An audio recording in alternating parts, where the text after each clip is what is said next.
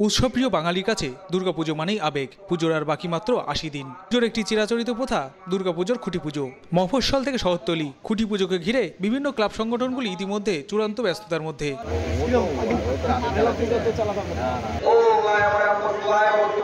শুক্রবার দুপুরে নববরকপুর বিদ্রোহী স্পোর্টিং ক্লাবের ৩৩তম বর্ষে দুর্গাপুজোর খুঁটি পুজো উদ্বোধনকে ঘিরে এলাকাবাসীর উৎসাহ উদ্দীপনা চোখে পড়ার মতো। বিদ্রোহী স্পোর্টিং ক্লাবের কর্ণধার অসীম দাস বলেন, প্রতিবারের মতো এবারও পুজো চমক থাকছে। তাইওয়ানের বৌদ্ধ টেম্পলের আদলে মণ্ডপ এইবারের বিশেষ আকর্ষণ। ঠাকুর থাকছে সাবিকানায়। আমাদের বৌদ্ধ টেম্পলের আদলে পুজোটা মণ্ডপটা হচ্ছে, মণ্ডপ সাবিকি হচ্ছে, সাবিকায় আদলে পুজো হচ্ছে। পুজো ৩৩তম বর্ষ।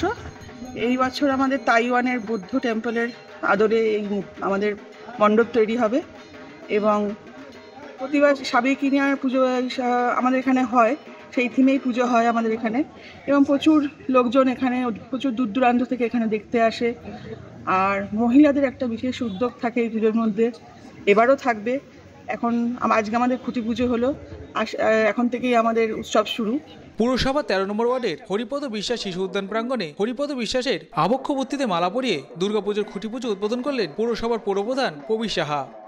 পুজো তো বাঙালির একটা শ্রেষ্ঠ উৎসব, বাংলার শ্রেষ্ঠ উৎসব, এবং এটা আমরা গর্ব করে বলি যে বাংলার মাননীয় মুখ্যমন্ত্রীর উদ্যোগে বিভিন্ন পুজো কর্তাদেরকে যেভাবে উনি উৎসাহিত করেন, সবাই সেই উৎসাহে নেমে পড়ে এবং ইউনেস্কোর তরফ থেকে বাংলার দুর্গা উৎসবকে একটা বেঁধে দিয়েছে।